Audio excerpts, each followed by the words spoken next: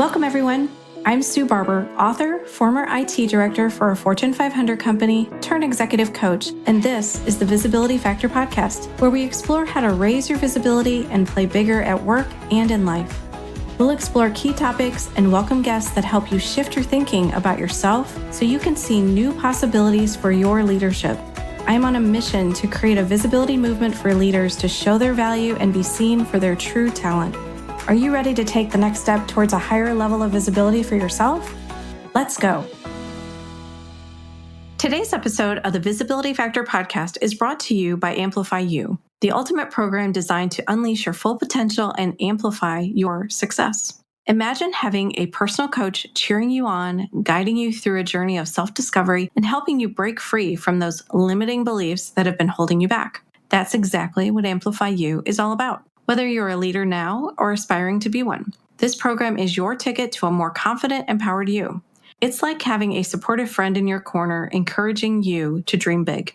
It's about having the career success that you want and creating a life you truly deserve. Amplify You offers a unique experience to help you build the confidence to tackle any challenge life throws your way. If you're interested in learning more about the program, please visit susanmbarber.com and click on the menu item Programs. Are you ready to transform your life and your career? Let's make it happen. Hello, everyone. Welcome back to the Visibility Factor podcast. This is Sue Barber, your host. Today, we're going to talk about clarity. I want to take this conversation in two directions. The first is from a perspective of a big decision that you may want to make, and you need clarity around it before you share it with others. The second is how clarity helps to support you when you're talking about what your value is to others, to be able to create visibility for yourself and maybe your team. So let's start out with what it means. Clarity means being clear, transparent, understood. That seems easy enough to understand, right? So why is it so hard to have clarity for yourself when you're trying to make a decision or share information? One word: fear. The fear of judgment, shame, vulnerability, doubt, trying to be perfect. And I'm sure there are many, many more that I didn't name. As soon as you start to think about what you want for your own life and career, all the beliefs, shoulds, and the advice you've picked up along the way in your life comes up and starts to swirl around in your head, telling you why you shouldn't do those things. Your brain goes into survival mode. Nope, you should stay safe. Stay in the place that you live, have the career that you have, do nothing new. It is only trying to protect you. Those are all examples of limiting beliefs that show up and hold you back, all of those things that are keeping you safe. Now, just a reminder, limiting beliefs are beliefs that we hold about ourselves, others, and the world around us that constrain our potential, hinder our progress, and prevent us from achieving our goals. These beliefs can be deeply ingrained and difficult to overcome, but the good news is that they can be addressed and challenged with the right mindset and strategies. If you want to go back and hear more about limiting beliefs, I recorded episode 98, which is called Reframing Your Limiting Beliefs. Okay, so now you know that limiting beliefs can get in your way and prevent you from moving forward. It is also preventing you from having the clarity that you want. When that happens, I feel like you have a few options. What do you want to do about it? The three choices are: you can choose to stay exactly where you are, you can keep wishing for what you want but not get it, or you can start taking some action. Obviously, the first two are the safe and easy choices, and the third one is going to be a bit of work. That is why many people stay stuck and don't make any changes. It is easier to stay and put up with what you already know. I get it. Change is uncomfortable, and you may be starting all over again with whatever you are trying to do. It brings uncertainty and doubt, and all of those limiting beliefs show up quickly. But what if I told you that it isn't a huge amount of work to do something that you want to do? That you could take one small step a day towards having more clarity for yourself? I know it feels impossible to you right now, but it is true. And I'm going to walk you through some ways to gain clarity for yourself and confidently share what you want with others. So let's start off with a pretty common scenario. Should I stay at my company or leave for something that could be better? First, you need to have the clarity of both options for yourself before you share it with anyone else. So let's start there. I'm going to ask you some questions. This isn't an exhaustive list by any means, but hopefully it will help you think about some things. The first one: stay at the current company. What does your current company offer you now that you're happy with, that you like, that you enjoy? What would you miss at your current company if you no longer had it? What are some roles that your current company might have that you haven't explored yet? What would your current company have to change in order for you to feel great about being there every day? And the last one, what options are there for you to continue to develop and grow as a leader? Now, I think we don't always pause long enough to start to look at what we have in our current situation and explore these things. So, my goal with these questions was to look at where you are now and then think about what are some other possibilities that maybe you just haven't explored yet. You don't have to make this perfect by any stretch. It's just about giving you more clarity. So now let's explore the other option about moving to a new company. What appeals to you about moving to a new company? What are the 5 things that are most important to you and this company needs to have them in order for you to move? Are there any deal breakers? So I'm going to dive into this piece just a little bit more. So when I talk to people about this, I ask them to think about these things before they even have conversations with the new company or interview. I have them think about it like they're buying a house. I want a 3-bedroom, 2-bath house. I want a big backyard, and I want a 3-car garage. So which of those things are needs that you have and which ones are nice to haves? So in that example, the nice to have might be a 3-car garage, and I'd be okay with having a 2-car garage. It's the same thing with a new company. Think about what your needs and nice to haves are so that when you're in that moment of making a decision, you've already ironed that out for yourself. You don't have to think about that anymore. The next question, what do you think the new role or company would give you that is different than what you have now? It has to be worth your while, right, for you to move. So what does it have to offer you? Are you looking for a role that is similar to your current role, a higher level role, or something completely different? What are the possibilities that exist for you? You get to have a do-over here. You get to start fresh. You might be able to choose something completely different than what you've done in the past. So I want you to just explore the possibilities. What is possible for you at this new company? What is your learning curve going to be at the new company, and are you ready for it? I think sometimes we forget that we have been at a company for a long period of time and we know everyone and we know all the processes and procedures. When you go to a new company, that kind of starts over. You have to meet people, learn who you can trust, learn who the decision makers are, how things get done. All of those things kind of start over for you. And so it's good to be aware that that's going to happen. And it can last anywhere from 3 to 6 months. And so you just need to mentally prepare for that. Last question, do you know anyone at the new company who can share what it's like to work there with you? A bit of insider knowledge can help you make the best decision. You'll also get a better understanding of the culture and what it's like to work there. So those are just a few questions for you to think about when it comes to making a decision like this about moving to a new company. And sometimes it's just as simple as capturing these questions down and writing out your thoughts and thinking about it. Share as much detail as you want to these questions, anything that's going to give you some more clarity about the situation. Once you start writing out these answers, the most interesting thing happens. It starts to eliminate the fear that these big questions might have for you. When you're just thinking about them, think about the one that we just talked about, right? Where you have to start over and learn everything new. That feels a bit overwhelming and uncomfortable and uncertain. But when you start writing it out and you think about when you started at your company, what did you do? Well, you met with people, you built relationships, you figured out how things worked, right? It just takes time. It just takes you really thinking about it and planning it out in the best way, and then you can be successful at it. It doesn't have to be scary. Once you start writing out these answers, you can eliminate the fear that these big questions have for you. You allow yourself to really think about them and come up with the answers that are going to serve you in the best way. It takes that power away from those big, scary things and gives it back to you. Now, obviously, this was not an all-inclusive list of questions to ponder, but my goal was to make you think about it in a bigger way and help you gain more clarity. Now, recently, I taught a masterclass on communication, and one of the key takeaways that many attendees had was that it was so important to slow down, to think about what you want to say, and make a plan before communicating, which ultimately helps you speed up. This exercise is meant to have you slow down and think about what you want for your career and your life, to give you clarity first. Then you can share what you want to do with others. Now, your scenario may be different than the one I just went through. You may want to move to a new state or sell everything you have and live out of an RV. Just like I asked you questions earlier, it is important to have the clarity for yourself about what you want to do, why you want to do it, what the benefits are, the risks, and the costs, so you can make a good decision. A process like this helps you understand what you want to do so you can own that decision. There will be critics and people who have strong opinions who will want to try to talk you out of whatever it is you want to do. Are you ready to trust yourself and regardless of what they have to say, do it anyway? Without having your own clarity first, they may try to sway you and dissuade you from this path that you want to go down. When you share something new with people, you have to be ready for that. But then be able to trust your own decisions. It helps you to talk about what you want to do with such confidence that no matter what they say, you've made your decision and you feel good about it.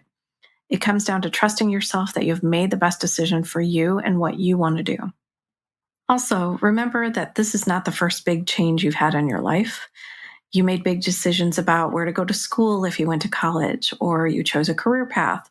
You may have bought a house. You may have decided to get married, move somewhere new.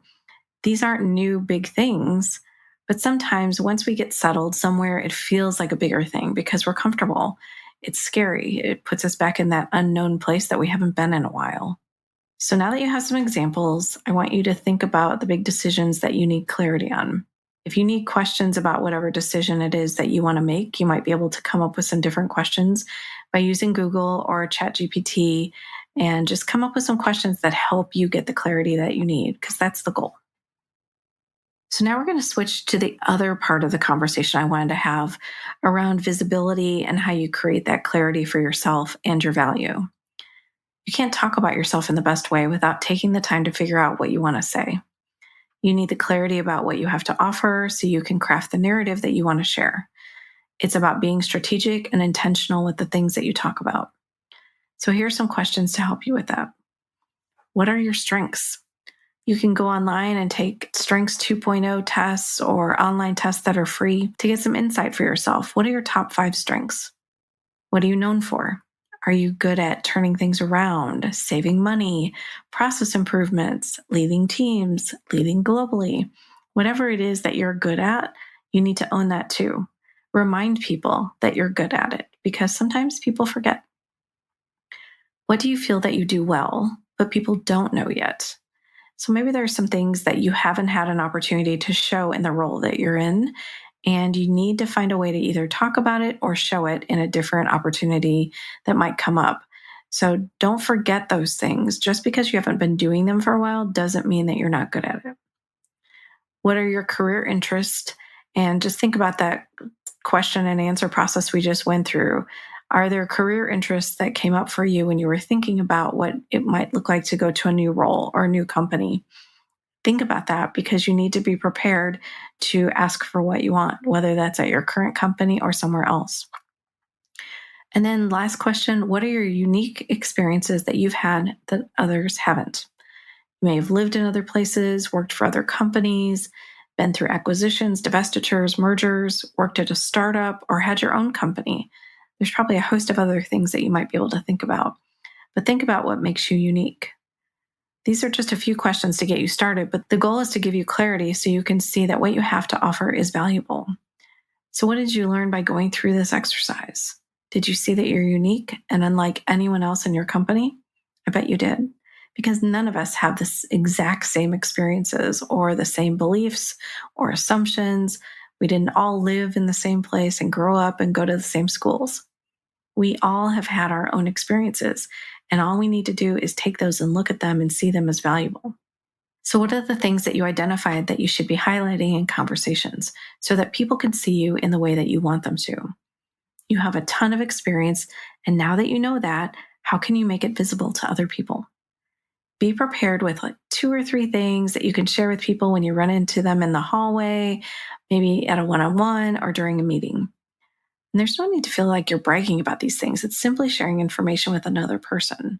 So I wanted to go through a quick example because this is one of the things that I think people struggle with is how to share the information. So in my example, 2 people are walking down the hall towards each other, and I'm going to have you be one person and Jim as another person here that we're going to run into. So you run into Jim in the hallway, and he is a VP at your company. He is a big influencer there, and you haven't figured out how to talk about yourself yet. So you don't really want to stop and talk to him. So you just quickly say, "Hi, Jim, great to see you." And you barely slow down as you're going past him. You just say, "Hope all is going well for your team," and you keep going. Well, that's a missed opportunity. You might be thinking, he's so busy, he doesn't have time to talk to me, or why would what I have to say matter to him? Well, in that situation, we'll never know because you kept going so quickly that he didn't even have time to ask you a question. So let's think about, what could you say? I want you to really think about that situation for yourself. We've all been in it. You have to own your value and talk about it. So let's replay it. Take a moment right now and think about yourself in that situation. What would you do differently? It's okay. I'm going to wait a second. Okay, we're going to replay option 1 again. So, "Hi, Jim. It's great to see you." You actually stop and shake his hand. You say something like, "I'm so glad that I ran into you.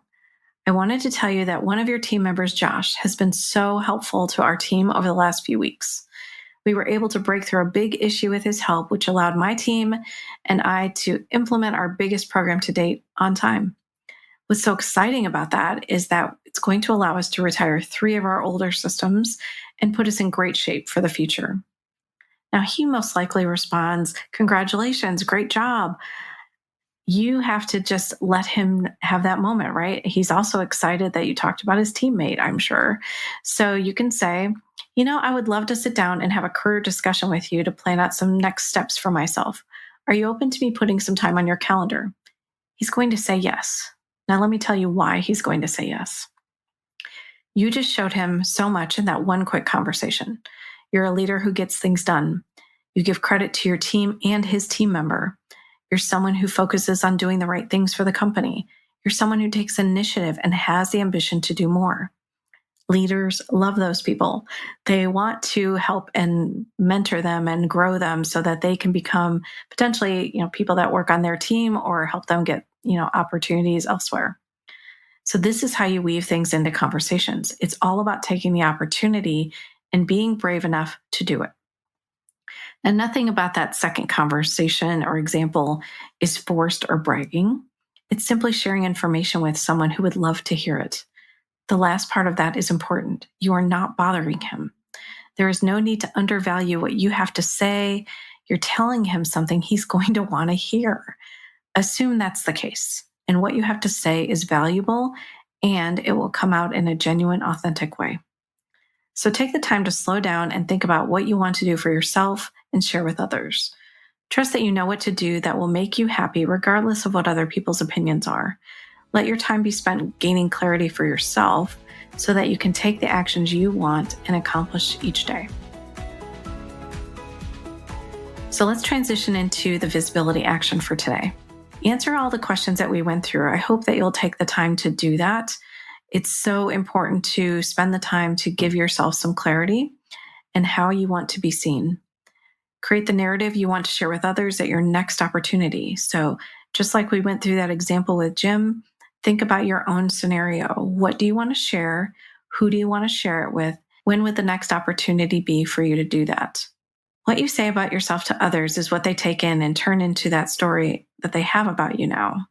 So you have to be really intentional about what you share. It is your responsibility to make sure that they're telling the best story about you that they can. They can't do that if you don't give them the information first. So see that you are valuable, see that you're important. What you have to share is important to them. And if it's a conversation that you can have in a very easy way, let's do that. If you don't see them in the hallway and you're working remote, set up time with them to have the conversation. They need to know you and they need to know the value that you provide. Thanks so much for joining today on the Visibility Factor podcast, and we'll catch you on the next one. Thanks so much for listening to the Visibility Factor podcast. Remember that visibility starts with small steps that are intentional and consistent each day. Be bold, be visible, be the leader you were meant to be. Find us and subscribe on Apple Podcasts, Spotify, and wherever else you listen to podcasts. Follow us on all of our social media platforms, which are highlighted in the show notes. Thank you for listening, and we'll see you next time on the Visibility Factor podcast.